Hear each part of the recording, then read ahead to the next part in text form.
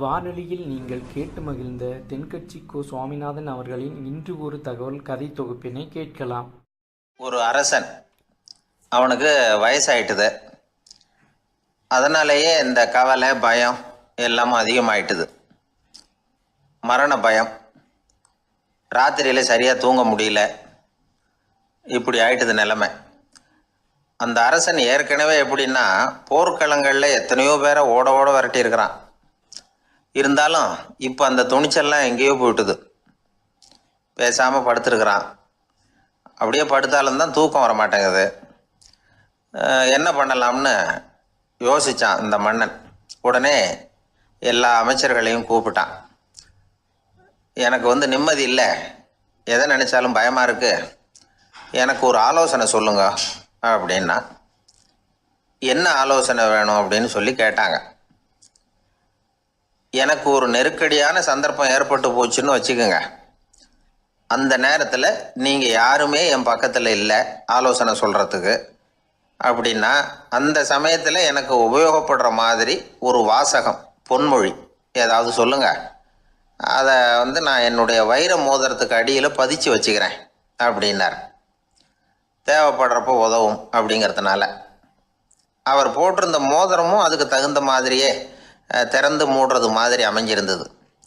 ஏதாவது வாசகம் எழுதுனா உள்ற வச்சுக்கலாம், அதுக்கான வசதி அதில் இருந்தது. அமைச்சர்கள்லாம் யோசனை பண்ணாங்க, இது மாதிரி ராஜா கேட்குறாரே, என்ன வாசகம், அதாவது பொன்மொழி சொல்லலாம் அப்படின்னு எல்லாரும் யோசனை பண்ணாங்க. ஒருத்தருக்குமே சரியாக தோணலை, ஒரே குழப்பமாக இருந்தது. ஏன்னா நெருக்கடியான சமயத்தில் உபயோகப்படுறது மாதிரி ஒரு பொன்மொழி வேணும்னு சொல்லியிருக்கிறார். அப்படி இப்படி யோசித்து பார்த்தா ஒன்றுமே தோணலை. எல்லாரும் குழம்பிக்கிட்டு இருந்த நேரத்தில் ஒரு பெரியவர் அந்த பக்கமாக வந்தார். அவர் சொன்னார், நான் வேணும்னா அதுக்கு பொருத்தமாக ஒரு வாக்கியம் சொல்கிறேன், ஆனால் ஒரு நிபந்தனை. அதை யாரும் ரொம்ப ஆர்வம் காரணமாக அவசரப்பட்டு படிச்சிடக்கூடாது. அதை ரகசியமாக அந்த மோதிரத்துக்குள்ளே எழுதி வச்சுக்கணும். எப்போவாவது இக்கட்டில் மாட்டிக்கிற சமயத்தில் மட்டும், வேறு வழியே இல்லை அப்படிங்கிற நிலைமையில் மட்டும்தான் அதை திறந்து பார்க்கணும். அப்படி நீங்கள் இருக்கிறதா இருந்தால் நான் அதை சொல்கிறேன் அப்படின்னார் அந்த பெரியவர். சரின்னு ஒத்துக்கிட்டாங்க எல்லாரும். அதே மாதிரி அவர் ஒரு வாக்கியத்தை சொன்னார். அவர் சொன்ன வாக்கியத்தை ரகசியமாக மோதிரத்துக்குள்ளே பதிச்சு மூடியாச்சு. ராஜா அதை விரலில் மாட்டிக்கிட்டார். கொஞ்ச நாள் ஆச்சு. அந்த ராஜாவுக்கு ஒரு சோதனை வந்தது. என்ன சோதனைன்னா, அடுத்த நாட்டு மன்னன் படையெடுத்துக்கிட்டு வந்துட்டான். அவன் இவர்கிட்ட ஏற்கனவே தோற்று போனவன், ஒரு வெறியில் வந்திருக்கிறான். தோற்று போனவன் மறுபடியும் சண்டைக்கு வந்தால் எப்படி வருவானோ அப்படி வர்றான். ஒரு வெறியில் வந்தால் ஜெயிச்சுட்டான். என்னாச்சு, இவரோட நிலைமைன்னா நாட்டை இழந்துட்டார், எல்லாத்தையும் இழந்துட்டார். கடைசியாக ஒரு அடிபட்ட குதிரையில் ஏறி தப்பிச்சு போயிட்டார், வேறு வழி இல்லைன்னு. பின்னாடி துரத்திக்கிட்டு வராங்க. இவர் ஒரு மலை உச்சிக்கு போயிட்டார், அதுக்கும் அப்பால் போக முடியாது. ஏன்னா அந்த பக்கம் பயங்கர பள்ளம். உல்லாச பயணிகள் கண்டு கழிக்கிற இடம் அது. ஆனால் இவருக்கு அது சாவு பயணத்தின் வாசல், திரும்பவும் முடியாது. அவ்வளவு குறுகிய பாதை அது, வேறு வழியே இல்லை.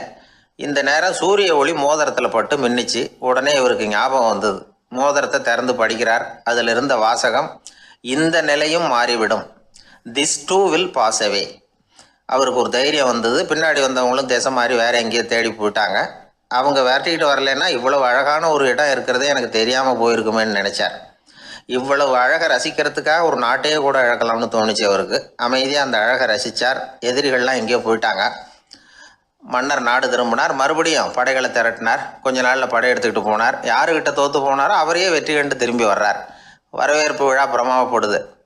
ஆடல் பாடல் கோலாகலம். இதை பார்த்ததும் அந்த ராஜாவுக்கு தலைகால புரியல. நம்மளை இனிமேல் யாராலையும் ஜெயிக்க முடியாதுன்னு நினச்சார். அகம்பாவம் லேசாக எட்டி பார்த்தது.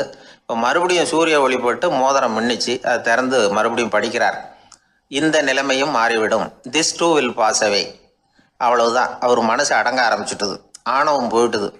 இதிலேருந்து நாம் தெரிஞ்சுக்க வேண்டியது என்னென்னா, எந்த சூழ்நிலையிலையும் நாம் கவலைப்பட வேண்டியதில்லை. ஏன்னா இங்கே எதுவுமே நிரந்தரம் இல்லை. அந்த ராஜா மாதிரியே நம்ம ஆள் ஒருத்தன் ஒரு மோதிரம் போட்டிருந்தான், அதுக்குள்ளே அவன் எழுதி வச்சுருந்த வாசகம், எதுக்கும் கவலைப்படாதே அப்படிங்கிறது தான். ஒரு நாள் பயங்கரமான கவலையோடு உட்காந்துருந்தான். பக்கத்தில் இருந்தவங்க சொன்னாங்க, இது மாதிரி சந்தர்ப்பத்தில் தான் நீ உன் மோதிரத்தை திறந்து பார்க்கணும்னாங்க. இவனுக்கு கவலையோட எரிச்சலும் சேர்ந்துக்கிட்டது. அது எப்படி முடியும், இப்போ திருட்டு போனது என்னோட அந்த மோதிரம் தானே அப்படின்னு சொல்லிவிட்டு தலையில் கை வச்சுட்டு உட்காந்துட்டான். இப்படிலாம் சொல்கிறது உண்டு. இருந்தாலும் நாம் எந்த சூழ்நிலையிலையும் கவலைப்பட வேண்டியதில்லை அப்படிங்கிற உண்மையை புரிஞ்சுக்கணும். அப்படி கவலையை வெல்றதுக்கான வழி தெரிஞ்சுட்டதுன்னா வாழ்க்கையில் வெற்றி நிச்சயம். குடும்பத்தில் ஒருத்தர் அனுசரிப்பு தன்மைங்கிறது ரொம்ப அவசியம். கணவன் மனைவின்னா அனுசரித்து போகணும்னு சொல்லுவாங்க. அதாவது ஒரு கணவன் அதுக்காக தான் அந்த காலத்துலலாம் ஒரு வீட்டுக்கு மாப்பிள்ளை தேடுறதுங்கிறது ஒரு பெரிய குடும்பத்தை நிர்வகிக்கிற அளவுக்கு ஒரு கணவனாக வரக்கூடிய எப்படி இருக்கணும் அப்படின்னா, அந்த காலத்தில் புலி வேட்டைக்கு போகணும். ஒரு பொண்ணுக்கு மாப்பிள்ளை தேடுறதுன்னா நம்ம தமிழ் பழக்கம் என்னென்னா, காட்டுக்கு போய் ஒரு புலியை வேட்டையாடிட்டு வரணும். அந்த புலி பல்லு அல்லது நகத்தை கொண்டுட்டு வரணும் அந்த இளைஞன். அதை வீட்டில் கொடுப்பான். அதை தான் கட்டி அதை இதாக கட்டுவாங்க, மாலையாக போடுவாங்க, தாலியாக கட்டுவாங்க. அதாவது வீரம் இருக்கா பையனுக்குன்னு பார்ப்பாங்க. ஒரு பொண்ணு வேணும்னா நீ முதல்ல வீட்டுக்கு பொண்ணு கேட்க போகக்கூடாது, காட்டுக்கு போகணும், போய் புலியை கொண்டு வா, அதுக்கப்புறம் தான் உனக்கு பொண்ணு அப்படின்னு சொல்லுவாங்க. இப்போவெல்லாம் ஏன் போகிறதில்லைன்னா, இப்போலாம் ஒருத்தனை காட்டுக்கு போய் புலிப்பல் கொண்டு வான்னா புலி தான் மாப்பிள்ளையாக வரும். அதனால தான் இப்போ போகிறதில்ல யாரும் காட்டுக்கு. அப்போ பெண்களும் ரொம்ப வீரமாக இருந்தாங்க. பெண்கள் மூலம் அந்த காலத்தில் எப்படின்னா, முறத்தாலேயே புலியை துரத்துவாங்களாம். நம்ம பழைய பாட்டிலெல்லாம் பார்த்துருப்பீங்க, முறத்தால் புலியை விரட்டினாங்கன்னு வரும் பழைய பாட்டு. அந்த அளவுக்கு பெண்களுக்கு வீரம். இப்போ கல்யாணம் ஆகி இந்த காலத்தில் ஒரு கணவனை விரட்டிட்டு வந்தாங்களாம் முறத்தை எடுத்துக்கிட்டு. ஒரு மனைவி அவன் பயந்துட்டு வெளில ஓடி வரான், பின்னாடி முறத்தை எடுத்துகிட்டு அந்த அம்மா ஓடி வருது. இவனை தனியாக பிடிச்சி கொண்டு போய், என்னப்பா இந்த மனைவிட்டு இப்படி பயந்து ஓடி வரியே, முறத்தால் துரத்துறா இப்படி வரியே அப்படின்னு தான் அவன் அப்படியே தடுமாறிக்கிட்டு, அதெல்லாம் ஒன்றும் இல்லை, அவன் என்னை புலியாக நினைக்கிறா அப்படின்னு ஒரு பெருமையாக சொல்லிட்டானான். அந்த காலத்தில் புலியை தான் முறத்தால் விரட்டினாங்க, இப்போ புருஷனை விரட்டுறாங்க அப்படின்னு சொல்லி. அப்படி அந்த காலத்தில் கணவனுக்கு ஒரு குடும்பத்தை நிர்வகிக்கிற திறமை இருக்கா, உடல் வலிமை தான் முக்கியம். இப்போ கூட மதுரை பக்கத்தில் ஐயாவுக்கு தெரியும், அந்த இளவட்டக்கல்லுன்னு ஒரு ஊருக்கு ஊர் எல்லையில் கிடக்கும். ஊர் எல்லையில் ஒரு பெரிய கல் கிடக்கும். அந்த ஊருக்கு பொண்ணு கேட்க போகிறவங்க அந்த கல்லை தலைக்கு மேலே தூக்கி காட்டணும். அப்படியே தூக்கி தலைக்கு மேலே வசதி கீழே போடணும். அந்த வலு இருந்தால் தான் நீங்கள் அந்த ஊருக்குள்ளேயே போகலாம், பொண்ணு கேட்குறதுக்கு போகலாம். இல்லைன்னா நீ திரும்பி போக வேண்டியதான். அந்த வலிமை இருக்கா மாப்பிள்ளைன்னு பார்க்குறாங்க. இளவட்டக்கல்லுன்னு பேர். அப்போ என்ன பண்ணாங்கன்னா, ஒரு 1000 வருஷத்துக்கு முன்னாடி அந்த கல்லை தலைக்கு மேலே தூக்கி கீழே போடுவாங்களாம். ஒரு 500 வருஷத்துக்கு முன்னாடி அப்படி கொஞ்சம் தூரம் இடுப்பு அளவுக்கு தூக்கி கீழே போட்டுக்கிட்டு இருந்துருக்குறாங்க. அதுக்கப்புறம் ஒரு 100 வருஷத்துக்கு முன்னாடியெல்லாம் அப்படி முழங்கால் அளவுக்கு அப்படி தூக்கி போட்டால் போகிறோம்னு வச்சுருந்தாங்களாம். இப்போ நான் அந்த ஊருக்கு என் கூட பழனிசாமின்னு ஒருத்தர் இருக்கார். அவர் போய், உனக்கு எப்படிப்பா இந்த ஊரில் கல்யாணம் ஆச்சு அப்படின்னா, இப்போலாம் நாங்கள் தொட்டு கும்பிட்டா போகிறோம், அதை அசைக்கிறது கூட இல்லை. அப்படி ஆகிட்டுது. ஒரு குடும்பத்தை கணவனாக வரப்போகிறவனுக்கான தகுதி அந்த காலத்தில் அப்படி இருந்து தான். அப்படி கணவன் தேர்ந்தெடுக்கிறது, குடும்ப தலைவனை தேர்ந்தெடுக்கிறது ஒரு பெரிய காரியம். ஒரு பெரிய செல்வந்தர் போட்டி வச்சாராம், ஒரு நீச்சல் குளம், அதில் யார் வேணாலும் குதித்து அந்த பக்கம் போய் கரையேறலாம். அந்த நீச்சல் குளத்தில் விஷப்பாம்புலாம் கிடக்கு. யார் துணிஞ்சி அந்த விஷப்பாம்பு இருக்கிற குளத்தில் குதித்து அந்த பக்கம் போய் கரையேறானோ அவனுக்கு ஒரு 100 ஏக்கர் நிலம் கொடுப்பேன்.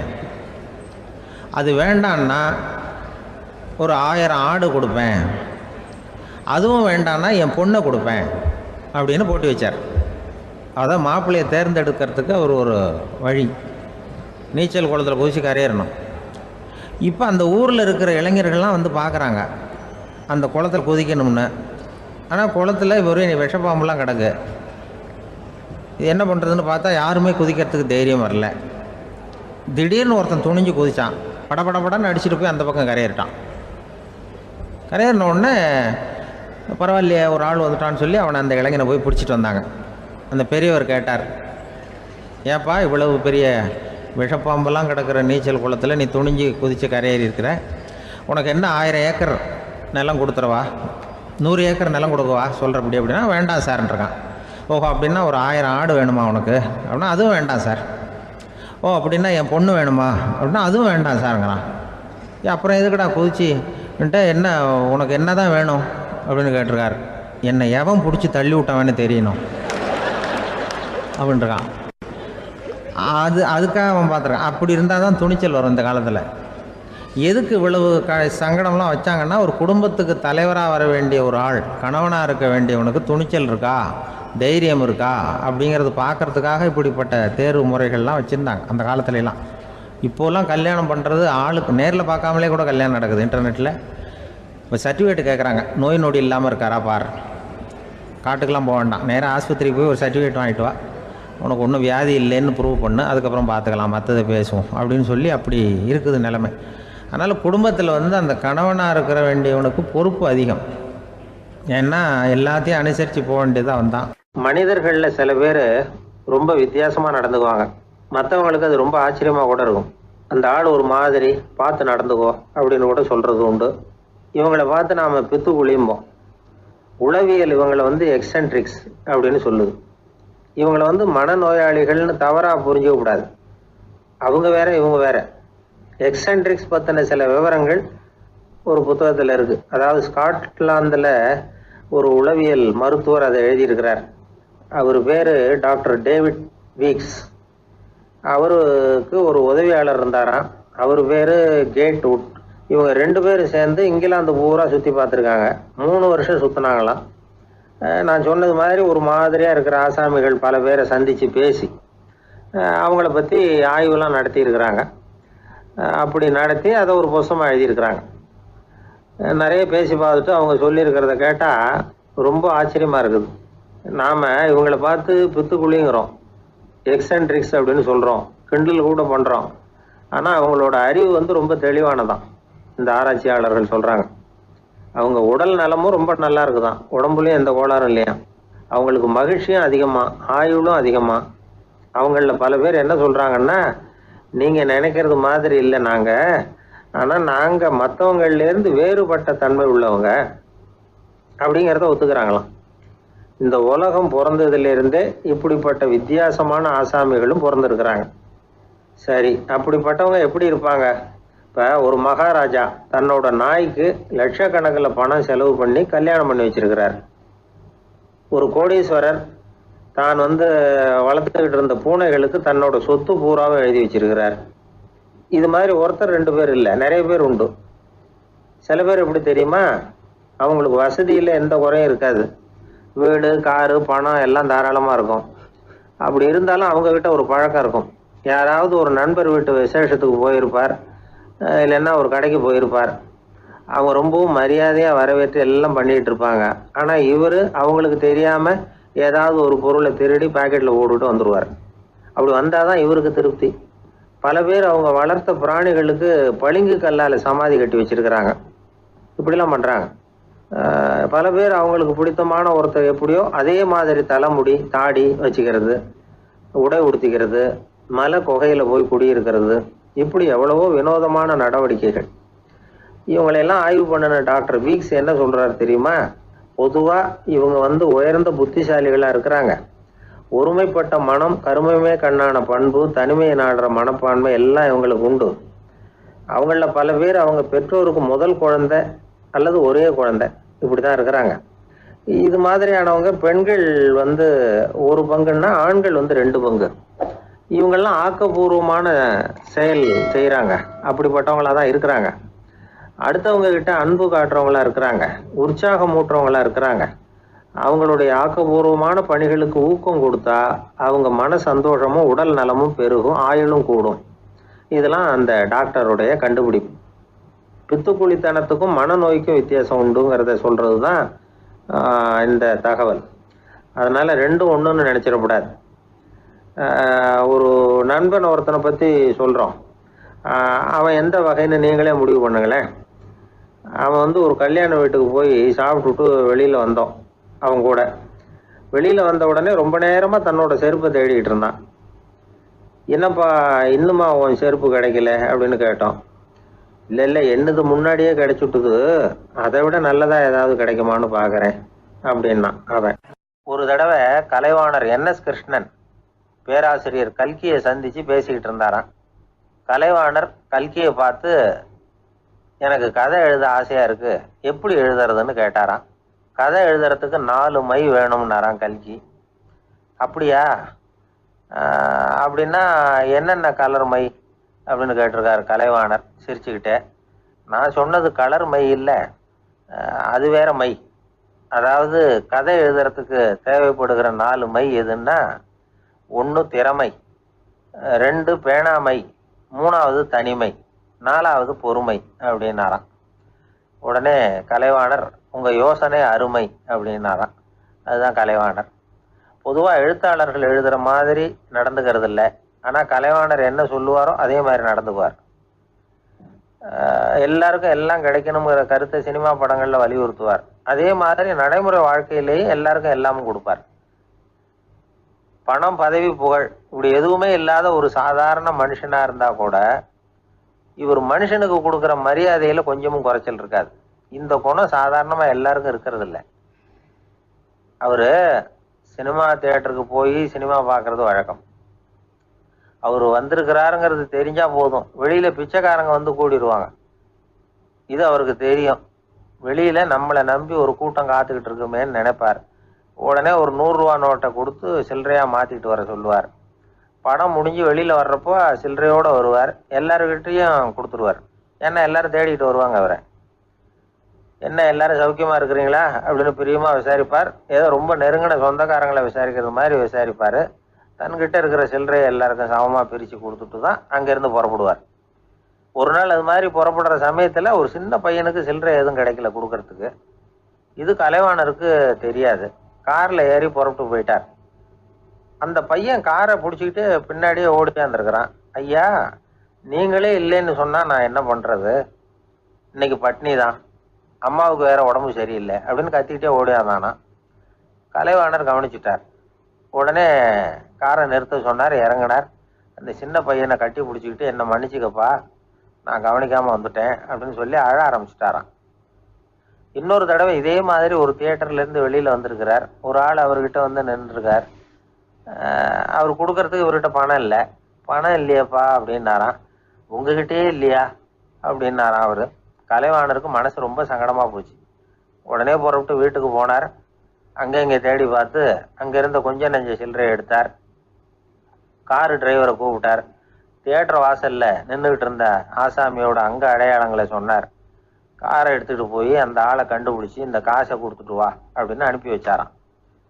பிச்சை போடுறதுக்காக காரை அனுப்புனதாக வேற யாரை பற்றியாவது நீங்கள் கேள்விப்பட்டிருக்கிறீங்களா? அவர் ஒரு வித்தியாசமான மனிதர், வித்தியாசமான கலைஞர். கலைவாணரோட சகோதரர் கல்யாணம் நடந்தது.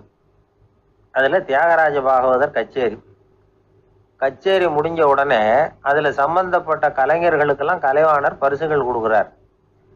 அந்த கச்சேரியில் கடம் வாசித்தவருக்கு மட்டும் மற்ற எல்லாருக்கும் கொடுத்ததை விட பெருசாக ஒரு வெள்ளி கோப்பையை பரிசாக கொடுத்தாராம். மற்றவங்களுக்கெல்லாம் சின்னதாக கொடுத்துட்டு கட வித்துவானுக்கு மட்டும் பெருசாக பரிசு கொடுக்குறீங்களே ஏன்னு கேட்டிருக்கிறாங்க. அதுக்கு கலைவாணர் விளக்கம் கொடுத்தாராம்.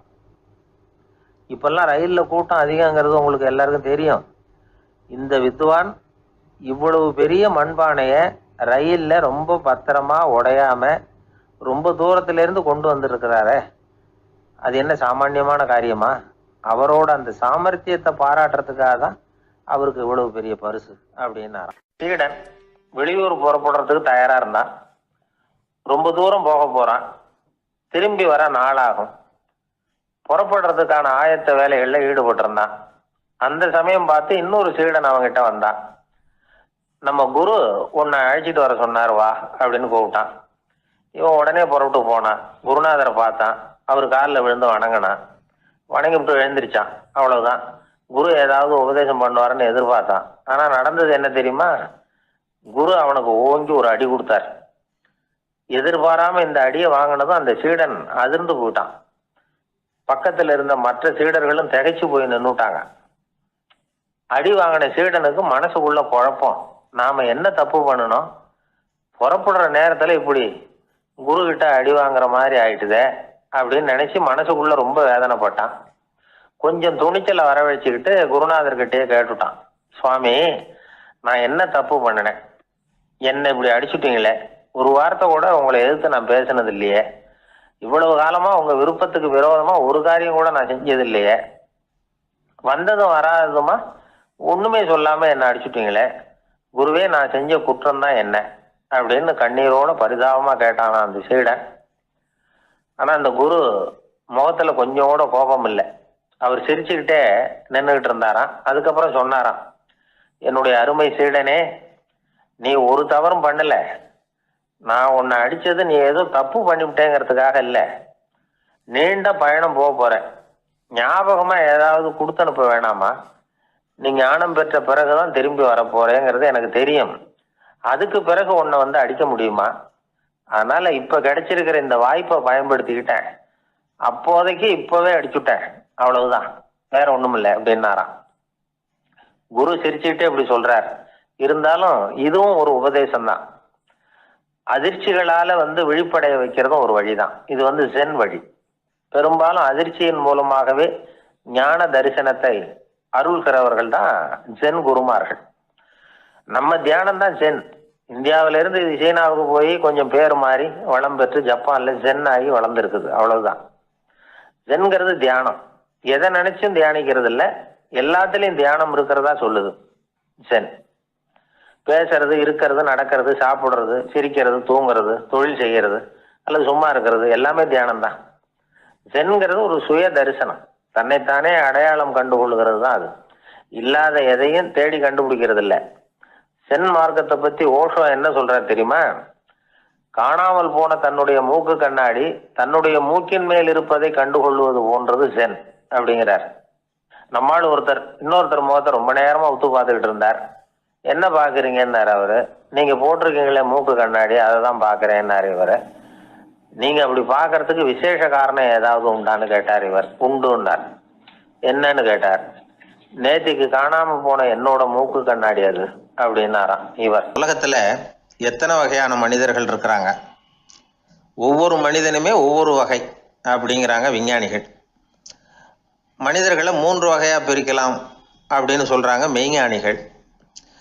இவங்களை பத்திலாம் ஏற்கனவே நாம பேசியிருக்கிறோம். இப்போ டாக்டர் எட்வர்டு பேட்ச் அப்படிங்கிற நிபுணர் என்ன சொல்றாரு தெரியுமா? மனிதர்களை 7 வகையா பிரிக்கலாம்ங்கிறார். மனிதர்களின் மனநிலை அடிப்படையில் அவங்களை 7 விதமாக வகைப்படுத்துகிறார் அவர்.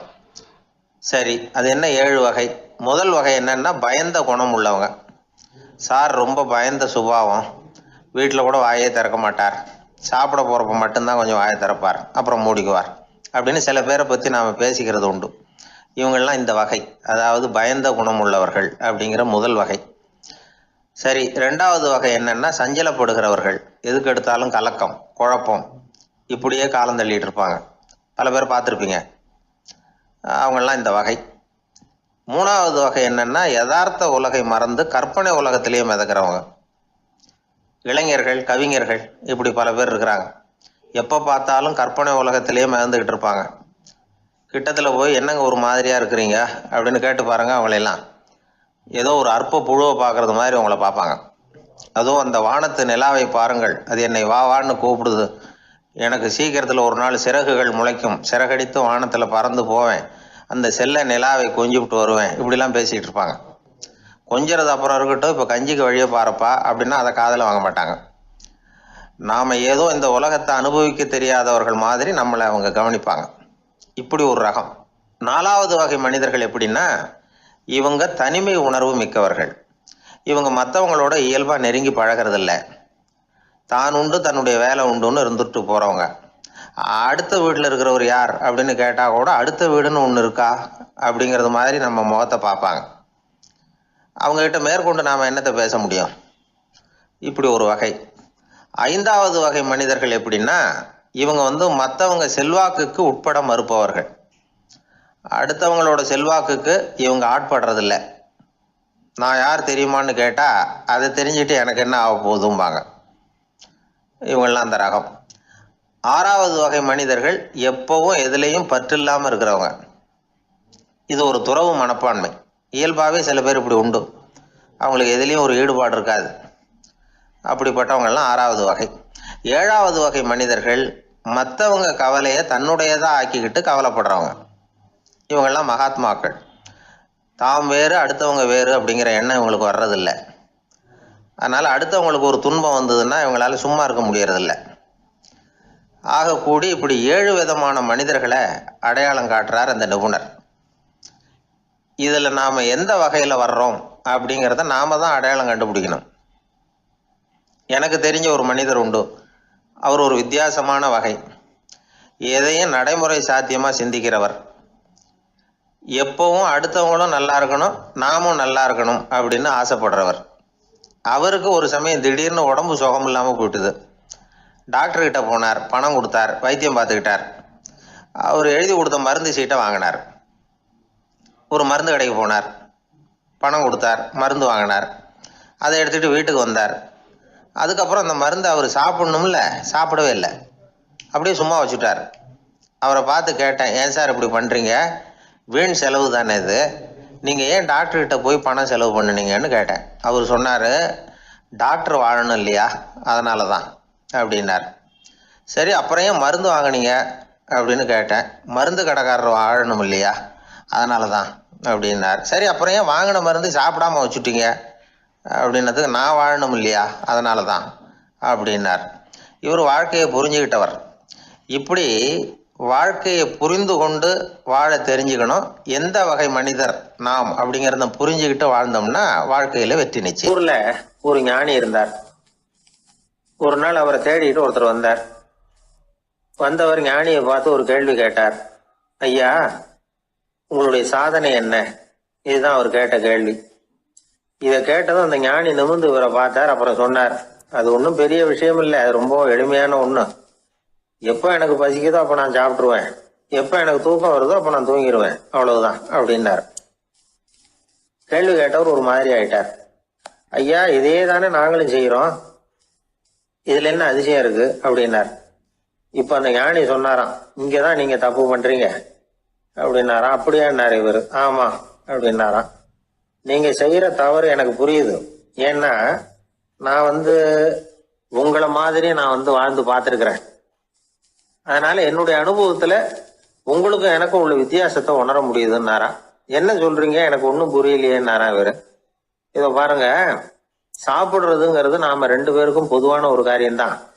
ஆனா நீங்க சாப்பிடுறதுக்கும் நான் சாப்பிடுறதுக்கும் வித்தியாசம் இருக்கு அப்படின்னாராம். என்ன வித்தியாசம்னு கேட்டிருக்கார். நீங்க பசி இல்லாத பொழுது சாப்பிடுறீங்க, இப்போ சாப்பிடுற நேரம் வந்துட்டுது அப்படிங்கிறதுக்காக சாப்பிடுறீங்க. சாப்பாடு ருசியா இருக்கு அப்படிங்கிறதுக்காக சாப்பிடுறீங்க. எது தேவைங்கிறது தெரியாம சாப்பிடுறீங்க. அது மாதிரி தூக்கமும் உங்களுக்கு ஒரு பழக்கமா போட்டுது. இப்போ இது தேவையா இல்லையா அப்படிங்கிறத பத்தி நீங்க யோசிச்சு பாக்குறது இல்ல. சாப்பிடும் பொழுது 1000 வேலைகளை மனசுல நினைச்சுக்கிட்டு இருப்பீங்க. அதனால அது சாப்பிடுதலா இருக்காது. அதே மாதிரி நீங்க தூங்கும் பொழுதும் அது தூங்குதலா இருக்காது. ஏகப்பட்ட கனவுகள் வரும். உங்க மனசு மேலும் மேலும் கனவுகளை உருவாக்கி கொண்டே இருக்கும். அதனால எனக்குள்ள நடக்கிறது வேற மாதிரி, நீங்க நினைக்கிறது மாதிரி இல்ல. எனக்குள்ள நடக்கிறது எப்படின்னா, நீங்க செய்யறது மாதிரி இல்ல. தூக்க உணர்வு வந்த உடனே தூங்குதல் மட்டுமே நடைபெறும். அதுதான் என்கிட்ட நடக்கிறது அப்படின்னாராம் அந்த ஞானி. வித்தியாசம் புரியுதா? அந்த ஞானி சாப்பிடுறத அனுபவிக்கிறார், அது எக்ஸ்பீரியன்ஸ். நாம அப்படி இல்லை, மனம் போன போக்குல சாப்பிடுறோம். இது இன்டெலிஜிங். இது ரெண்டுலேயும் செயல்ல வேறுபாடு இல்லை, விழிப்புணர்வுல தான் வேறுபாடு இருக்கு. அவர் சாப்பிடும் பொழுது ஒரு சாட்சி மனோபாவத்தோட சாப்பிடுறார். எவ்வளவு தேவையோ அவ்வளவுதான் சாப்பிடுறார். ஏன்னா அவருடைய விழிப்புணர்வு முழுமையா செயல்படுது. அதனால அவர் சாப்பிடும் பொழுது நம்மை விட மகிழ்ச்சியா இருக்கிறார். நாம அப்படி இல்லை, வயிற்றை நிரப்புறதுக்காக சாப்பிடுறோம். இன்னும் சொல்ல போனா சாப்பிடும் பொழுது நாம அங்கேயும் இருக்கிறது இல்லை, எங்கேயோ போயிடுறோம். உடம்பு மட்டும்தான் அங்க இருக்கும். ஆனா ஞானி அப்படி இல்லை. அவர் சாப்பிடும் பொழுது சாப்பிடுதல் மட்டுமே இருக்கும். எந்த ஒரு செயலையும் விழிப்புணர்வோட செய்யலாம், மனம் போன போக்கிலையும் செய்யலாம். விழிப்புடன் செய்யறப்போ செய்யும் செயல் நம்ம அனுபவமாகிறது, அவ்வளவுதான். இதெல்லாம் பெரிய தத்துவம் மாதிரி தெரியும். இருந்தாலும் நாம புரிஞ்சுக்க வேண்டியது என்னன்னா, எந்த காரியத்தை செஞ்சாலும் அதுல முழு ஈடுபாடு வேணுங்கிறது முக்கியம். அந்த அளவுக்கு முதல்ல நம்மளை மாத்திக்கிட்டா போதும். ஆனா நம்ம ஆளுங்க அந்த அளவுக்கு இருக்கிறது இல்லை, எல்லாமே அரைகுறை தான். கேட்டா ஞாபகம் மருதி. ஒருத்தன் என்ன பண்ணானா, விமான டிக்கெட் வாங்கிக்கிட்டு ரயில்வே ஸ்டேஷனுக்கு வந்துட்டான். அப்புறம் தான் புரிஞ்சுது தவறுதெல்லாம் இங்க வந்துட்டோங்கிறது. உடனே அவசரமா விமான நிலையத்தை நோக்கி ஓடி இருக்கிறான். அங்க போய் கவுண்டர்ல கேட்டிருக்கான், மேடம், நான் தவறுதெல்லாம் ரயில்வே ஸ்டேஷனுக்கு போயிட்டேன், இப்ப விமானத்தையும் தவற விட்டுட்டேன், அடுத்த பிளைட்ல எனக்கு இதை மாத்தி தர முடியுமான்னு கேட்டிருக்கான். முடியாதுன்னாங்களாம் அந்த அம்மா. ஏன்னு கேட்டானா, ஏன்னா இப்ப நீங்க வந்திருக்கிறது பஸ் ஸ்டாண்டு அப்படின்னாங்களாம். ஒரு 600 வருஷத்துக்கு முன்னாடி மனுஷனுக்கு எவ்வளோ நெருக்கடி இருந்ததோ அதுபோல் 40 பங்கு இப்போ அதிகமாகிட்டு தான் கண்டுபிடிச்சி சொல்லியிருக்கிறாங்க. அவ்வளவு நெருக்கடிக்கு மத்தியில் நாம் வாழ்ந்துக்கிட்டு இருக்கிறோம். ஒரு 600 வருஷத்துக்கு முன்னாடி என் தலையில் 1 கிலோ வச்சுக்கிட்டு நின்னேன்னு வைங்க, இப்போ 40 கிலோ வச்சுக்கிட்டு நிற்கிறேன். அப்படி ஒவ்வொரு மனுஷனுக்கும் வாழ்க்கையில் நெருக்கடி அதிகமாக போச்சு. இப்போ இந்த நெருக்கடியில் முன்னாடிலாம் யாரோ ஒருத்தர் தான் தியானம் பண்ணுவாங்க. தியானம்னா ஒருத்தர் 2 பேர் காட்டுக்கு போய் தியானம் பண்ணிகிட்டு இருப்பாங்க 600 வருஷத்துக்கு முன்னாடி. இப்போ வீட்டுக்கு வீடு தியானம் நடக்குது. ஏன்னா அந்தளவுக்கு வாழ்க்கையில் ஒரு நிம்மதி வேணும் அப்படின்னு சொல்லி பண்ணிட்டாங்க. அதுக்கு தான் இயற்கை கொடுத்துருக்கிற ஒரு இயற்கையான வைத்தியம்தான் சிரிப்புங்கிறது. இதை பற்றி பெரியவங்கள்லாம் இப்போ ஆராய்ச்சி பண்ணிகிட்டு இருக்கிறாங்க. சிரிப்புங்கிறது நாம் பிறந்து ஒரு 6 மாதத்தில் தான் முதல் தடவையாக விவரமாக சிரிக்க ஆரம்பிக்கிறோமா. நம்ம பிறந்து 6 மாதத்துக்கு, அதாவது முதல் தடவை சிரிக்க ஆரம்பிக்கிறது ஒரு 6ஆவது வாரம், 1.5 மாதத்தில் தான் குழந்தை வந்து விவரமாக சிரிக்க ஆரம்பிக்குது. அப்புறம் அப்படியே சிரிக்க ஆரம்பிக்கிறோமா. அதெல்லாம் இப்போ கணக்கு எடுத்துருக்குறாங்க. ஒரு குழந்தை ஒரு நாளைக்கு 200 தடவை சிரிக்குதான் ஒரு குழந்தை. பெரியவங்கள்லாம் 15 தடவை சிரிக்கிறாங்களாம். 200 தடவை சிரிச்சுக்கிட்டு இருந்த நாம் அப்படியே குறைஞ்சி 15 ஆகிட்டு. அதனால தான் இருதய நோயெல்லாம் வருது, ஹார்ட் அட்டாக்லாம் வருதுன்னு கண்டுபிடிச்சிருக்கிறாங்க. 200 சிரிப்புக்கு வந்து அது வந்து இயல்புத்தன்மை, மனுஷனுடைய இயல்புத்தன்மை சிரிக்கிறது. அதுக்கு ஜோக்கே தேவைப்படாது. ஆனால் இப்போ காலங்காலமாக நாம் என்ன போதிக்கப்பட்டு வந்திருக்கிறோம்னா, சிரிப்புங்கிறது ஒரு பாவமான செயல். ஒரு முதலாளிக்கு முன்னாடி தொழிலாளி சிரித்தா மரியாதை குறைச்சல், ஒரு கணவனுக்கு முன்னாடி மனைவி சிரித்தா மரியாதை குறைச்சல், அது மாதிரி ஒரு வாத்தியாருக்கு முன்னாடி பையன் சிரித்தா மரியாதை குறைச்சல், ஒரு ஆஃபீஸருக்கு முன்னாடி பியூனு சிரித்தா மரியாதை குறைச்சல், இப்படின்னு சொல்லி சிரிப்புங்கிறது ஏதோ மரியாதை குறைவான செயல்னு காலங்காலமாக நாம் போதிக்கப்பட்டு வந்திருக்கிறோம். இப்போ மரபு ரீதியாகவே அந்த சிரிப்பு வந்து நம்மகிட்ட சிறைப்பட்டுருக்கு தான், அடங்கி போச்சு. அந்த சிறைப்பட்டிருக்கிற சிரிப்பை வெளியில் கொண்டு வர்றதுக்கு தான் ஜோக்குன்னு ஒரு சாவியை போட வேண்டியிருக்கு. வேறு இந்த ஜோக்குக்கும் சிரிப்புக்கும் சம்மந்தம் இல்லை. அதை ஏற்கனவே இருக்கிறத வெளில கொண்டு வரதுக்கு ஒரு சாவி மாதிரி உபயோகப்படுதுன்னு இப்போ அதை பற்றி ஆராய்ச்சி பண்ணுறவங்களாம் சொல்கிறாங்க. ஏன்னா சிரிப்புக்கு ஜோக்கு தேவைப்படாது. இப்போ ஒரு குழந்தை தொட்டிலில் படுத்துருக்குன்னு வைங்களேன், குழந்தை தொட்டிலில் இருக்குது, அது முகத்துக்கிட்ட போய் ஒரு கிளுகிழுப்பை ஆட்டுங்க சிரிக்கும். அந்த கிளுகிழுப்பை சத்தமே சிரிக்க வைக்கிறதுல அதுதான் மனுஷனுடைய இயல்புத்தன்மை. அது என்ன ஜோக்காது? சத்தம். ஒரு கிளுகிழுப்பையை கொண்டு போய் குழந்தை முகத்துக்கிட்ட ஆட்டினா சிரிக்குதே, அதுதான் இயல்புத்தன்மை. அதே கிளுகிழுப்பையை ஒரு தாத்தா மூஞ்சிக்கிட்ட ஆட்டுங்க, கோவம் வந்துடும், அடிக்க வருவார். என்னடா விளையாட்டு இது அப்படிம்பாரு.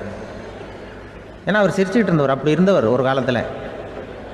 ஒரு கிளுகிழுப்பைக்கு சிரித்தவர் ஒரு காலத்தில் இப்போ கோவப்படுறாருன்னா அந்த அளவுக்கு நம்ம மாறி போயிட்டே வந்துக்கிட்டு இருக்கிறோம். அதனால் வந்து அந்த இயல்புத்தன்மை மாறாமல் இருக்கணுங்கிறது ரொம்ப முக்கியம். அதுக்காக எல்லோரையும் குழந்தையாக்க முடியாது. மனுஷன் வந்து எல்லோரும் இனிமேல் வந்து வயசுங்கிறது கூட ஆகிட்டே தான் இருக்கும். அதுக்காக குறைச்சிக்கிட்டே போக முடியாது. அதுக்கு யாராவது மருந்து கண்டுபிடிச்சாதான் உண்டு. ஆனால் ஒருத்தர் மருந்து கண்டுபிடிச்சாராம், சொல்லுவாங்க. ஒரு டாக்டர் வந்து ஒரு மாத்திரை கண்டுபிடிச்சாராம். ஒரு மாத்திரை சாப்பிட்டா ஒரு வயசு குறையும், ஒரு மாத்திரை சாப்பிட்டா ஒரு வயசு குறையும் அப்படின்னு ஒரு மாத்திரையை கண்டுபிடிச்சிருக்காரு. ஒரு பாட்டி அம்மா, 90 வயசு பாட்டி, அது போயிருக்கு. அதே டாக்டர்கிட்ட போய், ஐயா எனக்கு ஒரு பாட்டில் மாத்திரை கொடுங்க, இந்த வயசு குறையிற மாத்திரை அப்படின்றது. அவர் ஒரு பாட்டில் கொடுத்தார் மாத்திரை. பாரும்மா பாட்டியம்மா, ஒரு மாத்திரை சாப்பிட்டா ஒரு வயசு குறையும், எடுத்துகிட்டு போகணும்னு கொடுத்துருக்காரு டாக்டர். இந்த 90 வயசு பாட்டி எடுத்துகிட்டு வீட்டுக்கு வந்துட்டு மறுநாள் அதே டாக்டர்கிட்ட போயிருக்கு. 30 வயசு பொண்ணாக போச்சான். 30 வயசு பொண்ணாக மாறி அதே டாக்டர்கிட்ட போயிருக்கு. இடுப்பில் ஒரு கை குழந்தை, அது சட்டை கிட்ட போடாமல் கட்டவரில் வாயில் வச்சுட்டு உட்காந்துருக்கு. நேராக டாக்டர்கிட்ட போய், டாக்டர் நேற்று வந்தேன், ஏதோ ஒரு மாத்திரை சாப்பிட்டா ஒரு வயசு குறையுன்னீங்க, நான் ஏதோ ஒரு ஆர்வத்தில் ஒரு 30-40 மாத்திரை சாப்பிட்டேன், இப்படி ஆகிட்டேன் அப்படின்னு. இப்போ டாக்டர் சொல்லியிருக்காரு, இதுக்கு ஏமா வருத்தப்படுற, எல்லோரும் வந்து வயசு குறையணும்னு தான் நினைக்கிறாங்க, உனக்கு வயசு குறைஞ்சிட்டுது, நீ சந்தோஷப்படு, இதுக்கே மறுபடியும் என்னகிட்ட வந்திருக்கிற அப்படின்னாரான் டாக்டர். அப்போ அந்த அம்மா சொல்லித்தேன், அதை என்னை பற்றி பரவாயில்ல டாக்டர், என் இடுப்பில் பாருங்கள் கை குழந்தை, இது சட்டை கிட்ட போடாமல் உட்காந்துருக்கு, கட்டவரில் வாயில் வச்சுட்டு உட்காந்துருக்கு, இது ரொம்ப ஆர்வத்தில் ஒரு 70 மாத்திரையை சாப்பிட்டு விட்டுது, இது என் வீட்டுக்காரரு. இவர் வந்து இடுப்பை விட்டு கீழே இறங்க மாட்டேங்கிறாரு. நான் எதையாவது கொடுத்து இனிமேதான் வயசை கூட்டி இறக்கி விடுவேன் டாக்டர் அப்படின்னு தான். அவர் வந்து ஏதோ நமக்கும் இதுக்கும் சம்மந்தம் இல்லைங்கிறது மாதிரி கட்டாரில் வச்சுட்டு அவர் பாட்டு உட்காந்துருக்கார். ஏதோ நமக்கு இந்த உலகமே இல்லை, நமக்கு சம்மந்தம் இல்லைங்கிற மாதிரி உட்காந்துருக்காரு. இப்படியே நான் தூக்கிட்டு எங்கே அலையிறது இது அப்படின்னு தான். அதனால் வந்து வயசை குறைக்கிறது இயற்கைக்கு விரோதமாக நாம் பண்ண முடியாது. ஆனால் இந்த இயல்புத்தன்மை மாறாமல் வச்சுக்கலாம். குழந்தை மாதிரி மாற முடியாதே தவிர அந்த குழந்தை தன்மையோடு வாழறதுக்கு கற்றுக்கணும். அதுதான் வாழ்க்கையில் இன்பமாக வாழறதுக்கு வழி. குழந்தைத்தனமாக இருக்கக்கூடாது, குழந்தை தன்மையோடு இருக்கணும்னு சொல்லுவாங்க. குழந்தை தன்மைங்கிறது வேறு, குழந்தைத்தனம்ங்கிறது வேறு. அப்படி ஒரு மாத்திரை கண்டுபிடிச்சிட்டா இப்போ யாராவது ஒருத்தவங்க இடுப்பில் குழந்தைய தூக்கிட்டு போனால் போய் கேட்கணும், ஏம்மா இது ஏன் வீட்டுக்காரரா உன் குழந்தையா அப்படின்னு கேட்டு அதுக்கப்புறம் அவருக்கு வணக்கம் சொல்லணும். இப்படிலாம் ஆகிடும் நிலைமை. இயற்கையை நம்ம மாற்ற முடியாது, அதுக்கு தகுந்தாப்புல தான் நாம் பண்ணணும். குழந்தை தன்மையோடு வாழறதுக்கு குடும்பத்தில் குழந்தை தன்மைங்கிறது எப்படின்னா, இப்போ ஒரு சில பேருக்கு அந்த குழந்தைத்தன்மை உண்டு. ஒரு வீட்டில் ஒரு புள்ள படுத்துருக்கு, அம்மா எழுப்புறாங்க, காலேஜுக்கு நேரமாச்சு எழுந்திரிப்பா, காலேஜுக்கு நேரமாச்சு எழுந்திரிப்பா அப்படின்ட்டு. அந்த அம்மா அந்த புள்ளை சொல்லியிருக்கு, ஐயோ எனக்கு காலேஜுக்கு போகிறதுக்கே பிடிக்கலம்மா, என்னை தொந்தரவு பண்ணாத, காலேஜுக்கு போகிறதுக்கு எனக்கு பிடிக்கல அப்படின்னு தான். அப்போ அந்த அம்மா சொல்லியிருக்கு, ஏன் உனக்கு காலேஜுக்கு போகிறதுக்கு பிடிக்கல, கல்லூரிக்கு போகிறதுக்கு, அதுக்கு 2 காரணம் சொல்லு அப்படின்னு இருக்கா. அப்போ அந்த புள்ளை சொல்லிச்சான், ஏன் பிடிக்கலன்னா கல்லூரியில் இருக்கிற வாத்தியாருக்கும் என்ன பிடிக்க மாட்டேங்குது, ஆசிரியர்களுக்கும். 2வது காரணம், கல்லூரியில் படிக்கிற மாணவர்களுக்கும் என்ன பிடிக்கல, அதனால் நான் காலேஜுக்கு போக மாட்டேன்ற குழந்தை புள்ள சொல்லியிருக்கு. அம்மா அப்படிலாம் நீ இதுக்காக போகாமல் இருக்கக்கூடாது, நீ போய் தான் ஆகணும் அப்படின்னு பிடிவாதமாக அந்த அம்மா பிள்ளைய எழுப்புனாங்களாம். சரி, நான் எதுக்கு காலேஜ் போகணும்னு சொல்கிறேன், அதுக்கு நீ 2 காரணம் சொல்லு அப்படின்னு தான் அந்த புள்ள.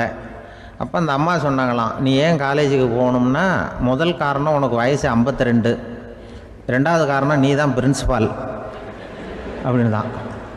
என்ன இருந்தாலும் அவங்க அம்மாவுக்கு அது புள்ள தானே, அதுதான் குழந்தைத்தன்மைங்கிறது. 52 வயசுலேயும் குழந்தைத்தன்மையோடு இருக்கார் பாருங்கள், அதுதான் அந்த குழந்தைத்தன்மையோடு வாழறது தான் வெற்றிக்கு வழின்னு சொல்லுவாங்க. என்ன சார் உங்கள் பையன் என்ன செஞ்சுக்கிட்டு இருக்கிறான் இப்போது அப்படின்னு கேட்டார் ஒருத்தர். அடிக்கடி கண்ணாடி முன்னாடி நின்று அழகு பார்த்துக்கிட்டு இருக்கிறான் சார் அப்படின்னாரு அப்பா. இளம் பருவம் இப்படி தான் இருக்கும், அதையெல்லாம் சாதாரணமாக நினச்சிடாதீங்க அப்படின்னாரு அவர். என்ன சார் சொல்கிறீங்க, கண்ணாடி முன்னாடி நின்றுக்கிட்டு நேரத்தை வீணாக்கிக்கிட்டு இருக்கான், அதை ஒரு பெரிய விஷயமா நான் நினைக்கணுமா அப்படின்னாரு இவர். இளம் பருவத்தில் இளைஞர்களுக்கும் சின்ன பொண்ணுங்களுக்கும் அடிக்கடி கண்ணாடியில் பார்க்கணும்னு தோணும். அது வெறுமனே அழகு பார்க்குறது மட்டும் இல்லை, அவங்க தங்களையே தேடி கண்டுபிடிக்கிற ஒரு முயற்சி அது. இது ஒரு மனோதத்துவ விளைவு. இது வரைக்கும் சின்ன பிள்ளையாக இருந்துட்டோம், இனிமேல் நாமளும் மற்றவங்க மாதிரி மனிதர்கள் தான் அப்படிங்கிற உணர்வு அவங்களுக்கு வருது. தங்களோட முகம் எப்படி இருக்குது, அழகு எப்படி இருக்குது, உடம்பு நேரம் எப்படி இருக்குது, முடி எப்படி இருக்குது அப்படிங்கிறதையெல்லாம் கண்டுபிடிக்கிறாங்க. அதுக்கப்புறம் இன்னொரு ஆணோ பொண்ணோ தன்னை கவனிக்கணும் அப்படின்னு நினைக்கிறாங்க. இதெல்லாம் மனோதத்துவ உண்மைகள், இதெல்லாம் இயற்கை.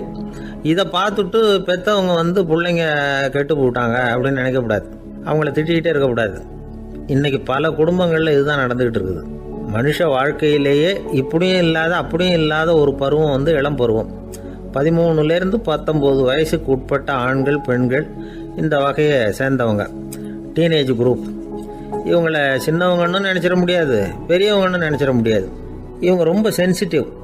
சமூகம் நினச்சா இவங்களை நல்லவங்களாகவும் ஆக்கலாம், கெட்டவங்களாகவும் ஆக்கலாம். கொஞ்சம் அக்கறை எடுத்துக்கிட்டால் பெரிய பெரிய மேதைகளையும் விஞ்ஞானிகளையும் உருவாக்கலாம். ஆனால் நடக்கிறது என்ன தெரியுமா, அநேகமாக இவங்களை யாருமே சரியாக புரிஞ்சுக்கிறது இல்லை, இவங்களை சரியாக நடத்துறதும் இல்லை. இது வரைக்கும் நாம் சொல்கிறத கேட்டுக்கிட்டு இருந்தான், இப்போல்லாம் அவன் இஷ்டத்துக்கு நடக்க ஆரம்பிச்சுட்டான் அப்படின்னு வருத்தப்படுற பெற்றோர்கள் அதிகம். இது வருத்தப்படுற விஷயம் இல்லை, சந்தோஷப்பட வேண்டிய விஷயம். உங்கள் புள்ள சொந்தமாக யோசிக்க ஆரம்பிக்கிறதும் நடந்துக்க ஆரம்பிக்கிறதும் ஒரு தப்பான விஷயமா? அவன் கடைசி வரைக்கும் உங்கள் பேச்சையே கேட்டுக்கிட்டு இருக்கணுங்கிறது என்ன நியாயம்? இன்றைக்கி இளைஞர்களை பெரியவங்க தப்பாக புரிஞ்சுக்கிட்டு தவறாக நடத்துறதுனால தான் அவங்களுக்கு வெறுப்பு, எரிச்சல், மனக்கசப்பு எல்லாம் உண்டாகுது. பெற்றவங்க சரியாக மதிக்கிறது இல்லை அப்படிங்கிற ஒரே காரணத்தினாலேயே வீணாக போகிற பிள்ளைங்க இன்றைக்கி அதிகம். சரி, பெற்றவங்களுக்கு இன்றைக்கி என்ன தான் புத்தி சொல்ல வர்றீங்க அப்படின்னு கேட்குறீங்களா? நாம் எதையும் சொல்ல வரல, ஆனால் அது சம்பந்தமான சில நிபுணர்கள் சொல்லியிருக்கிறத உங்கள் காதில் போட்டு வைக்கலாம். அது என்னென்னா, பிள்ளைங்க கிட்ட அன்பு செலுத்துங்க. குழந்தையா இருந்தப்போ எவ்வளவு பாசமாக இருந்தீங்க, வளர வளர அதை ஏன் குறைச்சிக்கிறீங்க? பெற்றவங்களின் அன்பான வார்த்தைகளுக்கு ஏங்குறவங்க தான் இன்றைய இளைஞர்கள். அவங்க எதை சொன்னாலும் அதை அக்கறையாக காது கொடுத்து கேளுங்க, அலட்சியப்படுத்தாதீங்க. அவங்க விரும்புகிறது உங்ககிட்ட இருந்து ஒரு மதிப்பு, மரியாதை, அங்கீகாரம், இவ்வளவுதான். அவங்க அவங்களாவே முடிவுகள் எடுக்கட்டும், அதுக்கு நீங்கள் உதவியாக இருங்க, அது போதும். மற்றவங்க முன்னாடி, முக்கியமாக அவங்க நண்பர்கள் முன்னாடி அவங்கள பற்றி மட்டமாக பேசாதீங்க. அவங்கக்கிட்ட பொய் சொல்லக்கூடாது. நீங்கள் சொன்னது பொய்ன்னு தெரிஞ்சு போச்சுன்னா உங்கள் பேரில் அவங்களுக்கு இருக்கிற மதிப்பு போயிடும், நம்பிக்கை போயிடும். அவங்களுக்கு முன்னாடி நீங்கள் சண்டை போடக்கூடாது. உங்கள் பிள்ளைய எப்பவும் இன்னொரு பிள்ளையோட ஒப்பிட்டு பேசுகிற வேலையே வேணாம். கூட பிறந்த மற்றவங்களோட கூட ஒப்பிடக்கூடாது. இப்படி செஞ்சால் அவன் உங்ககிட்டையும் பிரியமாக இருக்க மாட்டான், அவங்ககிட்டையும் பிரியமாக இருக்க மாட்டான். புள்ள எங்கே போகிறான், என்ன பண்ணுறான் அப்படின்னுலாம் துப்பறிஞ்சிக்கிட்டு இருக்கக்கூடாது. இளைஞர்கள் தனிமையை விரும்புகிறவங்க. அவங்கள பெட்டியில் வச்சு மூடி பாதுகாக்கணும்னு நினைக்கக்கூடாது. அவங்கள எப்படி பாதுகாக்கிறது அப்படிங்கிறது அவங்களுக்கே தெரியும். உங்கள் புள்ள எப்படி நடந்துக்கணும்னு நீங்கள் எதிர்பார்க்குறீங்களோ அது மாதிரி நீங்கள் நடந்து காட்டுங்க, அது போதும். ஒரு வீட்டில் அப்பாவும் அம்மாவும் பேசிக்கிட்டு இருக்கிறாங்க. என்னங்க, நம்ம பொண்ணு பெரியவளாயிட்டா, அடிக்கடி கண்ணாடி முன்னாடி போய் நின்றுக்கிட்டு இருக்கிறா, சீக்கிரமாக ஒரு பையனை பார்த்து கல்யாணத்தை முடிக்காமல் இப்படி மசன்னு கல் மாதிரி உட்காந்துருக்குறீங்களே அப்படின்னு சத்தம் போட்டாங்க அந்த அம்மா. அவசரப்படாத, பார்க்கறதுக்கு கண்ணுக்கு அழகாக லட்சணமாக புத்திசாலியாக ஒரு பையன் கிடைக்க வேணாமா, அதுதான் பார்த்துக்கிட்டு இருக்கிறேன் அப்படின்னார் அப்பா.